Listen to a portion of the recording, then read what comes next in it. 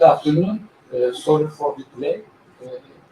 Now we have Refet Gürkaynak'ın from Bilkent University, and I hope we will learn from him how Turkey verifies theory. His theory, I don't know, but he's going to talk about it. Very good. Thank you very much. TEK, as usual, organized this very nicely. This talk follows naturally from the wonderful talk Hakan Hoca gave yesterday. Yeah, and although we're both at Bilkent, we hadn't actually coordinated on this, but it's going to seem as if we are working in a team. So this is joint work with my colleagues at Bilkent Economics, Ushin Kılıçdaroğlu and Sansofi. And here's the thing. There are a bunch of questions in the literature that require proper identifying variation to satisfactorily answer. In particular, going back to Nietzsche and Rogoff, there is this idea that exchange rates are unforecastable.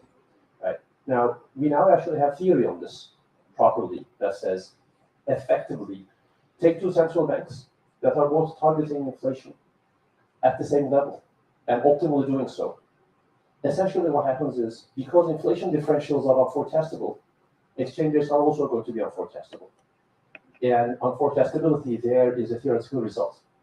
But it's a result that hinges on the idea that you have two countries that have inflation differentials that are unforecastable. Now, when one of those countries is Turkey, inflation differentials are not really unforecastable. Right?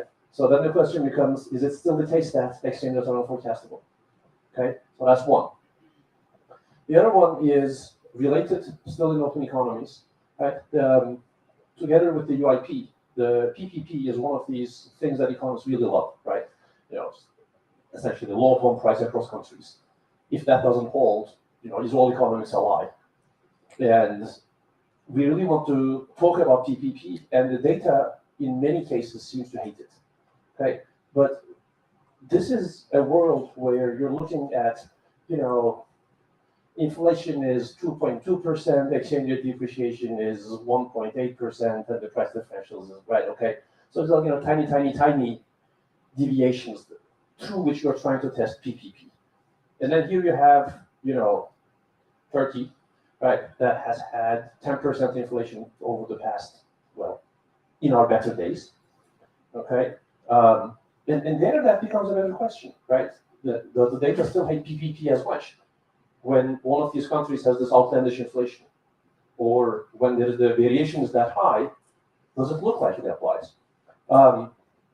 And for someone with my interests, closed economy and monetary economics, the other really interesting question, or two, that are related actually, and people don't always realize that these are related, so that's the theoretical kind of contribution, or maybe the mindset that we'll try to convey, is think of the neo-Fisherian idea, which is let's lower interest rates to lower inflation, okay? And there is, if you really want, you can think of some theory there. Okay. Now, somehow this has to be squared with our basic understanding of the monetary economics, central banking, inflation process, which for most of us hinges on the new Keynesian model. At its root, the new Keynesian model is three equations: a Phillips curve that tells you the feasible allocation, right? A policy rule, which stems from a loss function that says, in that feasible allocation, where do you want to be? And an IS curve that tells you how you should set your instrument to get there. Now, in there, for 30 years, we've understood fairly well that if your monetary policy isn't sufficiently activist, you're going to end up with indeterminacy. And the question then becomes, does this really happen? Right? And the issue there, of course, is theoretically, we see that this will happen. I mean, it's a very clean mathematical relationship. But empirically, we really haven't had central banks that do monetary policy that way, except we have Turkey. Okay? So these are the senses in which the Turkish case, other than being a heartache for anyone who cares for this country, is a theoretically very interesting case that provides empirical variation through which we can test all kinds of theories that we deeply care about. That's what this paper is. Okay, so that let's begin with the new sharing effect. I'm going to spend some time here, and I'm going to speed up because it took me a while to wrap my mind around this new sharing effect. And in fact, when this literature first came up through the work of Martin Uribe and Stephanie Schmidt-Groy, we invited Martin to give a talk at Bilkent. It was right before the pandemic, and it was a very lively seminar. He's Argentinian, you may know. And at some point, and you might also imagine that the audience was rather restless. At some point I said, are you really telling me that in Argentina and Turkey we can lower interest rates and promise never to raise them and lower inflation? And he said, yes. Okay. Now, what is the relationship? It essentially stems from this. Okay. This is the Fissure equation. This is not really an equality. This is an identity. It really is the definition of the real interest rate. Okay. And in general, identities are really poor devices to the basis for theories. Okay. Good example of that, in my mind, is the quantity theory of money. That's the definition of velocity. And if you try to use it as a theory, it really fails every which way. Okay. Now here, the Fissure equation says, as a matter of definition, the normal interest rate will have to be the sum of the real interest rates plus inflation. Fine. You can't fight with definition. This is correct. Right? Now, the way this turns into a theory is to say, well, in the long run, this is determined by the marginal product of capital. And that's what it is. It's independent of policy, so you're going to end up at a steady state where the real interest rate is exogenous to policy. And therefore, the normal interest rate and inflation are going to be co-determined, this being exogenous. Okay? And nobody picks a fight with this one. This is called the Fissure effect. The new Fissure effect is, not only is it the case that if the normal interest rate is low, the inflation will be low in the long run, through a backwards induction argument, it's going to happen right away too. So if you lower interest rates now, you're going to lower inflation now. Okay? Can it happen? Again, as a matter of definition, of course, right? Because, you can put any numbers here and say, yeah, the real interest rate is not going to change. Why? Because it's not, right? I'm going to lower interest rates. People are going to look at this and say, oh, okay, let's change inflation, and inflation will change, and this will still be satisfied. Are we happy? Yes, done. Okay? So, can it happen? Yes. Now, the problem is, those mechanisms require theory, which this is not. This is an identity. Okay? So, how do we think of theory? Well, yeah, I told you this. I told you that too. Okay? Right. So, Uribe and Schmidt-Groy have theory, so to speak. It's not deliberately their work, and their work is, correct and nicely done. It's just that it's this, right? Fine.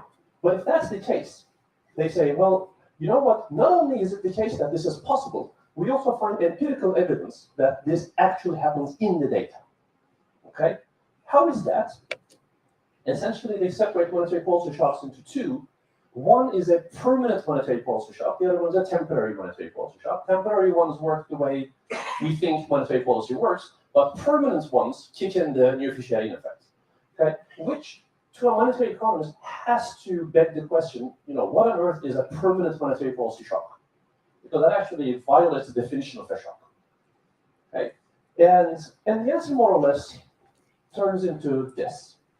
This is the right way of thinking about those things, and there is theory behind this one, right? This is the Taylor rule, okay? And if you're going to relate inflation and interest rates to each other, it has to be through a model. And, this is 1/3 of the basic simple Keynesian model. Now here, that's a better device to talk about things. Forget the output gap. This is the output gap. Okay, forget this for a moment. Life becomes easier with no loss of generality. Okay? Here what you have is, look, the nominal interest rate is set by the central bank, fine, right? As a function of the inflation differential, the difference between natural inflation and target inflation. And this is going to be the long run inflation, right? And this is the parameter that relates the inflation gap to the interest rate, okay? In the long run, inflation will be at its long run value, so this is going to be 0. we're not going to get anything from here. I already said, let's assume this away. And there are going to be, in expectation, no shocks. So nominal interest rate, we're going to be back to the Fissure equation, right? The nominal interest rate is going to be the real interest rate plus inflation, okay? Where inflation is at target. In the short run, it's still the real interest rate plus inflation, but inflation isn't at target, so it's some other inflation rate. Fine, very good, okay? Now I can look at this and ask, what are the mechanisms through which the normal interest rate can go down persistently, okay? Either this is going to be going down persistently, but this is by definition an IID shock, okay? And it's mean zero. So it can't be persistently negative. It violates the mean zeros, okay? So it's not coming from here, right? The neo-Fissurian idea essentially says, and you know, over a long night of liquor drinking with Martin, we agreed on this actually, right? The permanent monetary policy shock is a reduction in the inflation target. So what's happening, what may happen, and this is model consistent, is you somehow convince people that inflation will be lower forever. That through backwards induction makes people think that inflation is going to be lower now, which lowers inflation now. What happens? Pi bar is lower. Pi is also lower. So this whole thing went down, but the difference didn't change. So no contribution from there. But here, pi bar went down, and I went down. Hence, you have a reduction in the nominal rate that is accompanied by the same size reduction in inflation, and done. Okay, cool. And I will not disagree that theoretically this may happen. The trick here, though, is this way of telling the story, which is the way I prefer, is the reasonable one. That says, if you convince people that the inflation target is lower, and the key word there is convince, right? You have credibly lowered the inflation target. If you're able to do that, then you can also lower the nominal rate. Fine. Now, the argument, though, is the other way around. By lowering the nominal rate, I can do things. That's a different argument, right? Because now I ask, let's say you lower the nominal rate, and you said you're permanently lowering the nominal rate. Since you can't do this with this, this is mean zero, right? Either your act of lowering the nominal rate is going to convince people that the inflation target has gone down, and therefore inflation will fall, and this magical, I'm going to lower interest rates and inflation will be lower, is going to materialize. But that requires credibly committing to lowering inflation by lowering interest rates. The people may or may not buy this. And here's the question then. What if they don't buy it? What if people don't think that inflation will fall when you lower the normal interest rate? This is still something that has to hold. You lower the nominal rate. The other thing that can be moving around is the transmission parameter. What happens is you lower the nominal rate. People look at this and say, inflation is what it is, the target is what it is, right? But the central bank says, given this inflation differential, they're lowering the interest rate, or they're not raising interest rates as much as they should, right? Compared to the baseline, this is still a lower alternative path. What do I understand? The inflation reaction has gone down. Phi is lower. That's the other way, okay? And that's the problem, because my model says, the New Keynesian model says, if you push this phi below 1, you're going to push this model into nominal indeterminate. Depending on how you rig the model, either the price level or inflation is going to be indeterminate. Okay? And that's the problem with attempting the neo-Fissurian disinflation and failing to pull off the trick of convincing people that inflation will actually be lower. Because if they're not convinced, then they're going to see that, well, there's an inflation process, there's an inflation target. I have a central bank that is not responding to it. If you're lucky, this is zero. Okay? And if that's zero, your world is indeterminate. Now, let me stop here for a second. Questions on this one? This is really important, right? And there is actually a very obvious question here. How is it possible that what I told you is correct, which I hope it sounded that way.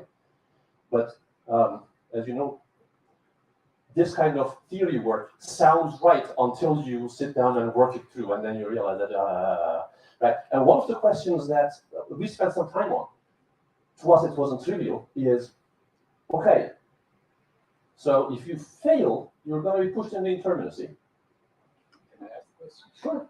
What if instead of targets, there is inflation forecast of central? Then It's still going to be, go up.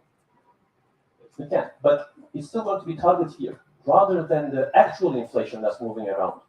Rather than the actual inflation, the difference between actual inflation and the target, what is going to affect inflation, interest rates here is going to be expected inflation and the difference between that, right? It's exactly the same mechanism. Yeah.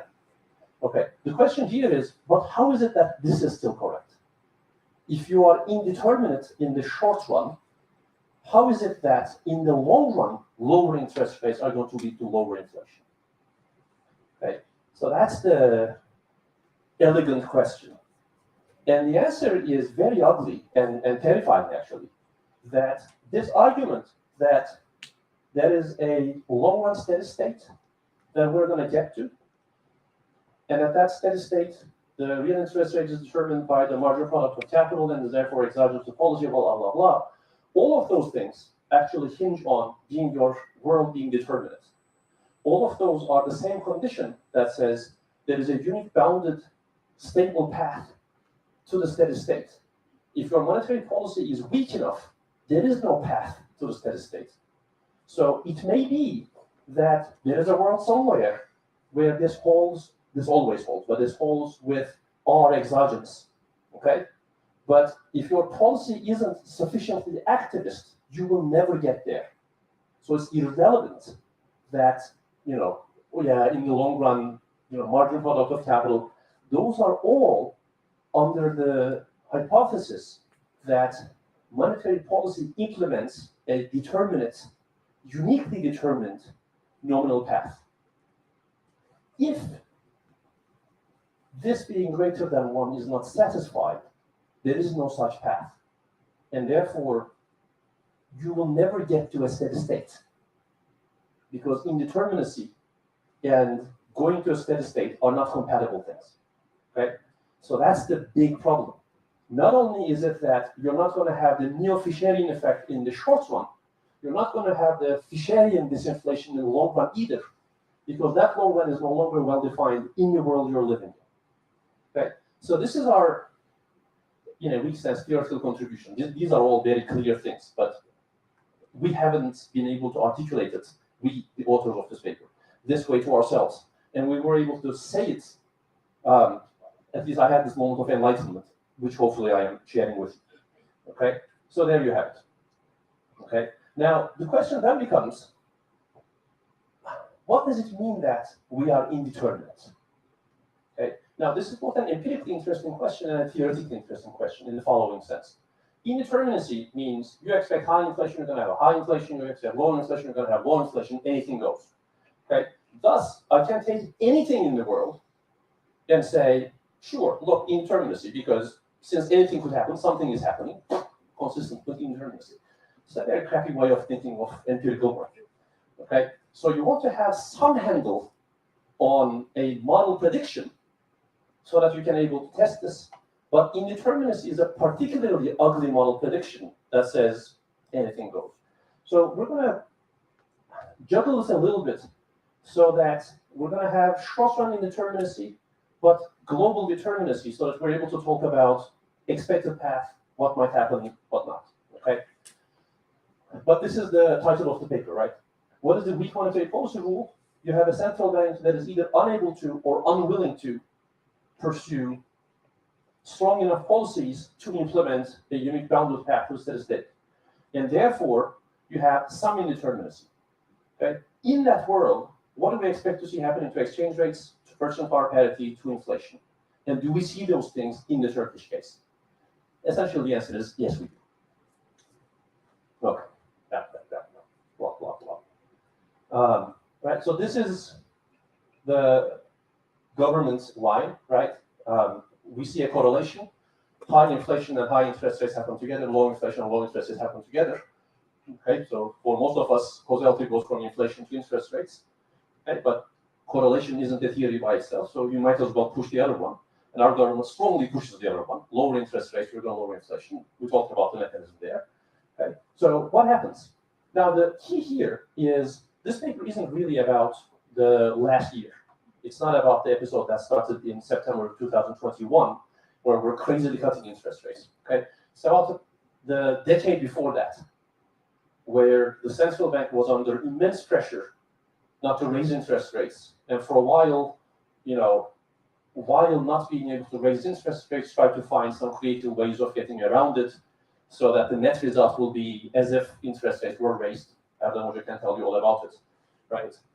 And there were a period where we were kind of able to do it, and then kind of not able to do it, and then entirely gave up. Okay, but we're going to see that even in the period where we were trying, we weren't really succeeding in being having a sufficiently strong monetary policy rule. Okay, so the period of borderline or blatant indeterminacy goes back to almost 2010 or so. And that's the case where we have a long enough time series to ask what was happening to the exchange rate, what was happening to inflation. And of course, once I said this, almost all of the people here lived through that. So you know the answer, right? And it wasn't unforecastable. That's the thing. Okay, so let's look at this. The key is being able to say those policy choices were exogenous to macroeconomic developments in the country, in particular to two things, right? They weren't actually reacting to macroeconomic weakness. Monetary policy wasn't easy because output gap was too high, inflation was falling, which it wasn't, right? But also, this is the second one. The other question is, maybe things weren't too bad because fiscal policy was very activist. And if fiscal policy was very activist and was pushing monetary policy to accommodate fiscal policy, you still have determinacy. Okay, Erik Lieber has I think 1992, beautiful paper on this, right? And through which stems the fiscal theory of the price level. But the other question is, what you are seeing in Turkey isn't a result of any indeterminacy. It was that fiscal policy was going gangbusters. Monetary policy had to monetize the debt. It was that monetization that led to everything that you've seen. And therefore, this is clearly determinate, but through the fiscal side, determinate monetary policy. Okay, so we have to argue that that wasn't the case either. Right? And it wasn't. So, for this audience, this is not even interesting, but what is mildly more interesting is so these are the Turkish outcomes, the black ones. The dotted blue ones are the emerging market average. Okay, and what you can see is until 2010 or so, right? It looked like any other emerging market economy. And then something happens. Okay. And again, you're not going to be surprised. It's not the case that inflation went up everywhere. Yeah, okay. Right? Inflation went up everywhere this much, and in Turkey that much. Right? And the question then becomes, what makes Turkey special? Okay, and our answer is policy. All right, So this is important. These are a bit on the small side, but this starts from 2001. This is debt to GDP, right? It falls and falls and falls, and then it goes up a little bit, and the global financial crisis, and then again falls and falls and falls. But this is important for our purposes because this is one of the ways you can say, look, debt to GDP, one, was not too high, and two, it was going down, not up. So there was no reason to push for easy monetary policy or monetization of debt because debt was going down already. All right? So that's one of the ways. I don't have it here, but the other one is to look at the credit default swaps for Turkey, which were also going down. Right? If you were monetizing, you would have expected to see those things go through the roof. That wasn't the case. So the Turkish case isn't one of fiscal theory of the price level. It's not that, perhaps maybe after 2018-19, more of a fiscal push. But in that period, it wasn't the borrowing needs of the government that pushed monetary policy. Right? Cool. This one, this is one of the examples of the central bank on the one hand, cutting interest rates. Oh, this was you, right? Yeah, okay. On the other hand, coming up with, Americans call these Rube Goldberg machines. Türkiye izleyin sinir. Okay, right. You come up with machinery so that your policy is restrictive without raising interest rates, because I don't want to be putting words in your mouth, but you tell me. So what is it? So the way I read this is you're cutting interest rates, okay, at least in part because of the political pressure. But you're a smart economist, good central banker, so you try to do the right things. The right thing is to be restrictive. Restrictiveness isn't only about the first moment. If you increase risk, that's also restrictive. There you have it. You're looking at the overnight rate, right? So the overnight rate used to follow the target rate almost exactly, and then it goes haywire because you increase your corridor a lot. And then you put out a statement that says, we're going to have the overnight rate hit the bounds randomly, okay? Now, when I present this outside the country, one of the things I say is, there's a lot of reasons to study Turkey because we create so much fascinating, it's oftentimes very painful to be a citizen, but to be an economist, it really doesn't get better than this. Okay? This kind of variation is things that we dream about, and you have it. Okay? Now, the reason I'm putting this here is to say this was really the central bank being under pressure, understanding the pressure, also understanding the consequences of that pressure, and is trying to fight against that, right? This is the fight. You first increase the variance, and then you essentially, I remember this day, there is a statement where the central bank says, okay, what we're going to do now is we're going to increase the upper end of the corridor a lot. And the expectation was that they would hike interest rates. We're not going to hike, but we're going to increase the upper bound of the corridor a lot.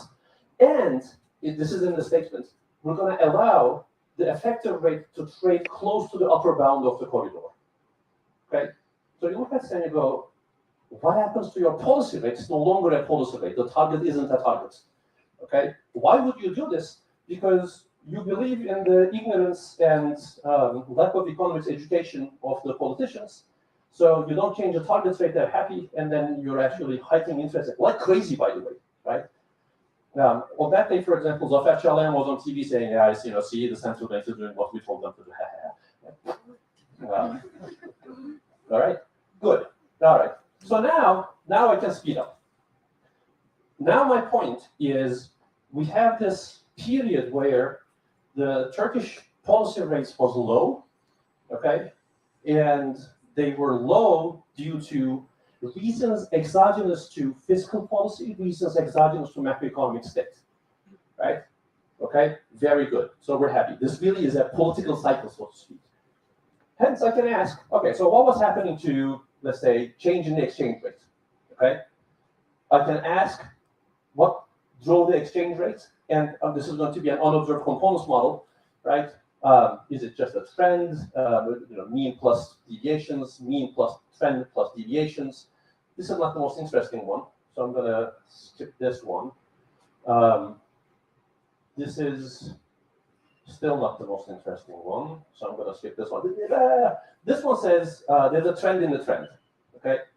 And this is your one of the salient things that tells you over time, so this is a time varying parameter estimate, over time the trend has been going up, okay? So that's your predictability, okay? Was it happening in everywhere? No. So Sang, just to rub it in, puts Korea everywhere too. He's Korean. So, yeah, okay, fine, right? More interesting is this one. Let's think of a bivariate unobserved components model where I'm looking at the change in the exchange rate and the inflation rate, and I ask, what are the drivers of this too? In particular, since the unobserved component model decomposes things into trends and shocks to trends and allows me to back out the covariance of those shocks, I can ask, were there two separate trend shock processes here? Or did they look alike? Okay, that's really the PPP question. were the trends in particular of inflation and exchange rate two different trends, okay, or the same trend? What was the covariance, right? And the correlation coefficient turns out to be 1. So that's your PPP, okay? If you do policy the way, I haven't yet actually tied this to policy, what I wrote, but if you have the inflation dynamics of Turkey, you end up with the exchange rate dynamics of Turkey, okay? Those two things are driven by the same process. And that's a very strong PPP finding, okay? Yeah, I'll let the paper is on all of our web pages if you're interested. But the other thing, I'm not going to spend too much time on the mechanics, is you can do a misguided Diebold-Mariano test. Diebold-Mariano really wants your hypotheses to be nested, which they are not here. But it didn't stop anyone, it didn't stop us. Okay, so you can ask, in this world, is the inflation rate process, is the inflation process a better forecast for the exchange rate than random walk? This really is the Nisi-Rogov question. And the answer is yes. Yes, it is. Okay? Cool. Now, why is this happening is one question. If you want to look at, so this is the exchange rate trend, okay, skyrocketing. This is the inflation, again, right? And then you begin to look at all kinds of measures of this is the Darama stuff, right? Institutional quality. This is, somebody should do this better than we have done, right? Because you don't expect your measure of central bank independence or judicial independence or you name it, any kind of, right? You don't expect those to discretely fall today and then lead to an outcome today. But the real-lag relationship is actually interesting. And in our case, our feeling is these things were eroding in application over time. And the things that we're looking at are forward-looking. So they reacted when they saw this coming. Right? Think of there's a new proposal to change the structure of the central bank or the judges committee, whatnot, HSYK, okay? Now, I see that this is being talked about, I price it in. This actually becoming a law and being reflected in these measures is a year or two down the road, okay? So what you see is in Turkey, the break of the inflation trend, right, predates the break of all kinds of these things, but is close to them.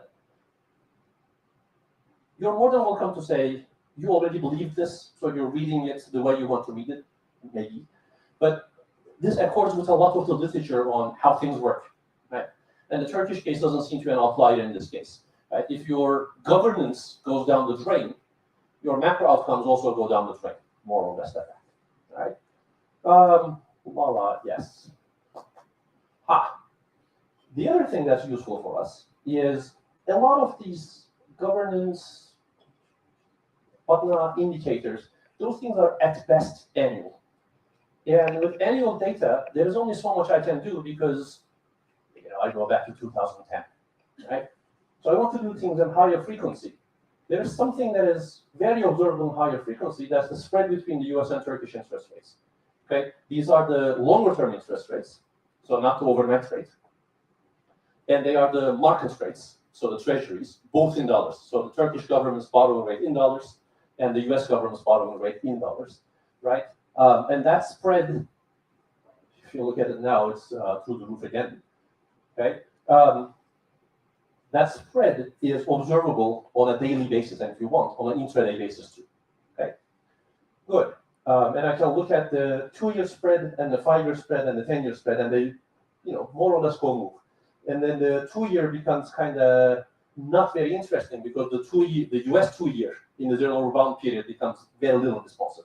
Okay, but the question here is when I see these spreads moving around, what is moving them around? Is it the US stuff moving the spread or the Turkish stuff moving the spread? Okay. So one cheap way of doing this is, obviously, there are actually three things, right? Not two. It's not just the US thing and the Turkish thing. It's the US thing, Turkish thing, and the global thing. And the global thing isn't that important, but it's mostly the Turkish thing. And in particular, the global thing, this is not something we study, but this is something that's found repeatedly in the literature. The global thing is mostly driven by the US thing anyway. Okay, good. Now, what I can do is ask the following. Let me take something that moves the US yields. I understand, right, because the spread is the Turkish yield minus the US yield. Let me look at something that moves the US yield that I know this is variation here, okay, and ask how much it moves the spread, okay? Now, you can find any one of these things, ex ante. Either you find that the spread gets lower, that is, the US moves, the Turkish one doesn't, right? The spread is lower.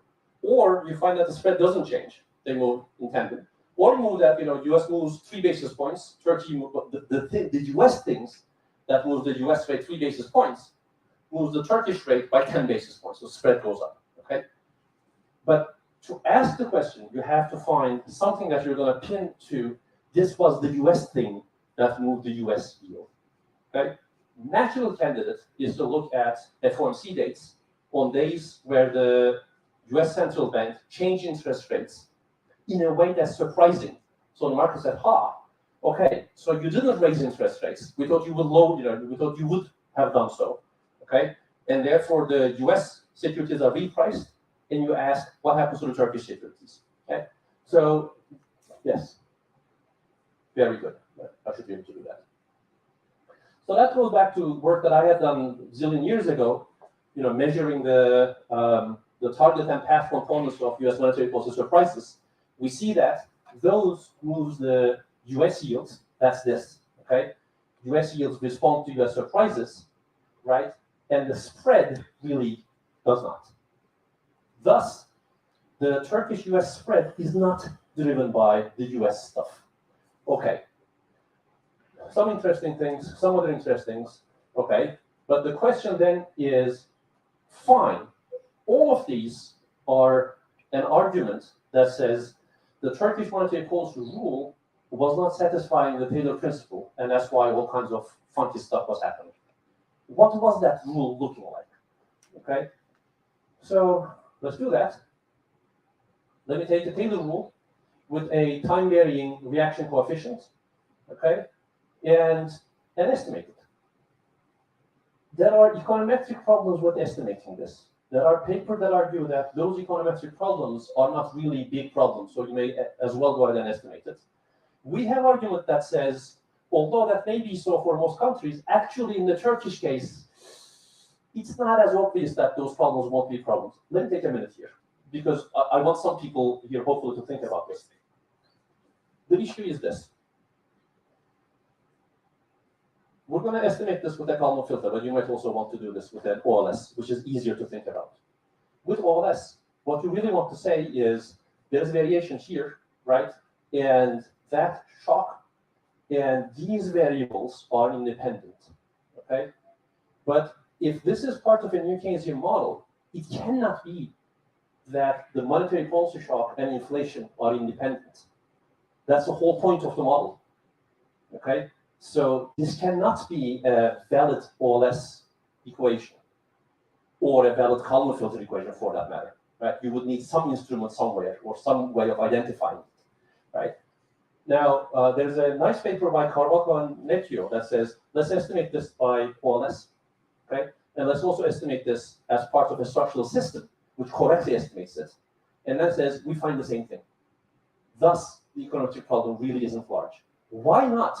Because in a variance decomposition, the part of variance of inflation due to monetary policy shocks is very small. This is the US, right? Monetary policy is mostly following the systematic rule, hence the variance of this guy is very small. Thus, this covariance has to be small because the variance is very small, okay? That argument doesn't quite apply in Turkey, right? Because when you have crazy monetary policy, the variance here is huge. So we haven't attempted this yet, we're working on it, but that's a really interesting question that people should think about. Okay, but this is the answer. It says, this is 0, this is 1, right? Until about 2010-ish or so, you could not reject the null that monetary policy was satisfying the Taylor principle. Then somewhere there, 1 is no longer in the confidence interval, okay? And then soon after, 0 is in the confidence interval, okay? And this is the main point here that says you were violating the Taylor principle. We're using the weighted funding mix of the central bank. So this already takes into account the fact that the central bank's policy rate was low, but the high end was higher. Partly they were funding from the discount window, right? So we correctly incorporate that. Given that, this is what you find, okay? This is probably mildly biased downwards. That's what the bias would be econometrically, right? But it's fairly clear that you have this downward drift in the policy reaction. Okay, now I can ask, what does theory tell me? What does theory want to see here, okay? And this is an ugly graph just to show that, we actually work through the mechanics of these things. But we have two models, and I'm going to briefly tell you what the models are.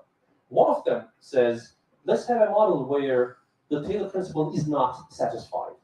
But if all the model says is, okay, you're going to be indeterminate, I can't work with this. So what I'm going to do is I'm going to have a Markov switching model where in one of the states, Taylor principle is not satisfied. In the other one, it is. And the other one is sufficiently often and sufficiently strong that globally, Taylor principle is satisfied. But I can go through zones, periods where there's interminacy. Okay? I can then still work with this model. So that's this one. This is your Markov switch. Okay? What happens then? This is the one that I prefer.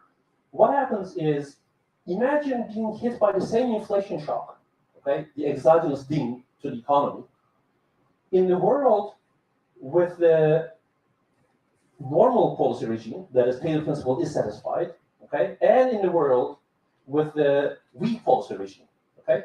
What happens? In the weak regime, inflation goes through the roof. That's what happens, and it doesn't come back down properly. Eventually it does, because eventually the regime changes. That's the whole point of this model, okay. Now, this is one that says, if you have the Turkish kind of monetary policy, you're going to end up with the Turkish kind of inflation, okay? The other one is a mild wordplay, but I'm very proud of this. Many of you know models with the effective lower bound. We no longer call it the zero lower bound because so many central banks have negative rates. So we call it the effective lower bound. And there's a lot of literature that says, imagine a macro model where the effective lower bound is binding. What happens? You can't get out of deflations because you can't lower the interest rate. Okay, so we wrote down a model with an effective upper bound. Imagine that you're not allowed to raise interest rates above a level. What happens if you get dinged by a large enough inflation shock? Since you're not allowed to raise interest rates, you're going to hit against the bound, okay? And what's that going to look like? Right? That's going to look like this. Your policy rate normally would have gone here, but since the palace tells you, no go about this, you can't. Okay, and the gift that gives is inflation that's going up here. Okay, now, if you were paying attention in your graduate macro class and it was recent enough, this should be very obvious. Okay, because this really is the flip side of the effective lower bound literature. It's kind of fun, right? So, the paper has all kinds of event studies from the recent period where we were cutting interest rates as inflation was going up. But to this audience, I'm going to skip that because you were experimented upon unwillingly, but knowingly, so you know what happened. Okay, but there are some, fun things here. What do we learn? One, the Turkish case isn't interesting only because we are Turkish. It's actually very interesting for macroeconomists. In a sad way, right? It's something like, what happens if a doctor prescribes all the wrong medication? Okay, we have ideas about that, but is it empirically the case? You don't want to have a doctor do this to you, but you're maybe not happy, but professionally it's enlightening to see someone doing this. Okay, so that's one. This is a big one. I did not expect this. Right? The literature goes through all kinds of pains to find PPP approximately perhaps applying. No, right? Well, it kicks. have large enough inflation differentials, PPP is alive and well. Okay. The new Keynesian model, this is our workhorse macro model. We think that it kind of does a decent job in the world where determinacy applies. It turns out in the world where indeterminacy applies, it still does a nice enough job. Okay? And that's the sense in which we are, right? These are the theories we are verifying. Turkey verifies PPP, big time. The new Keynesian model, big time too. Also, and this is not going to be a surprise to you, trying the new Keynesian, new Fisherian disinflation is like, shooting at the king. You better hit.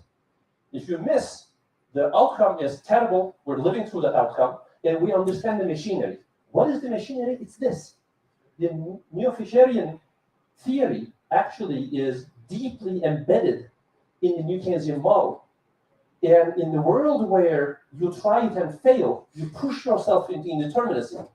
And that indeterminacy, the model tells you, is going to lead to high inflation with any kind of inflation shock, which is what we've seen, right? And there you have it. Thank you very much.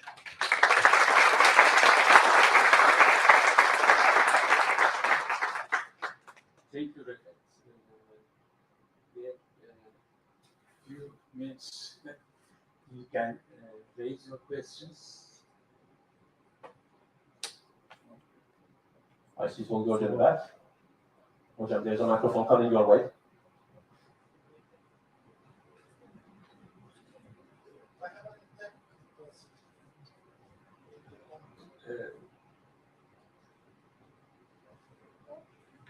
Can you turn on? You can see.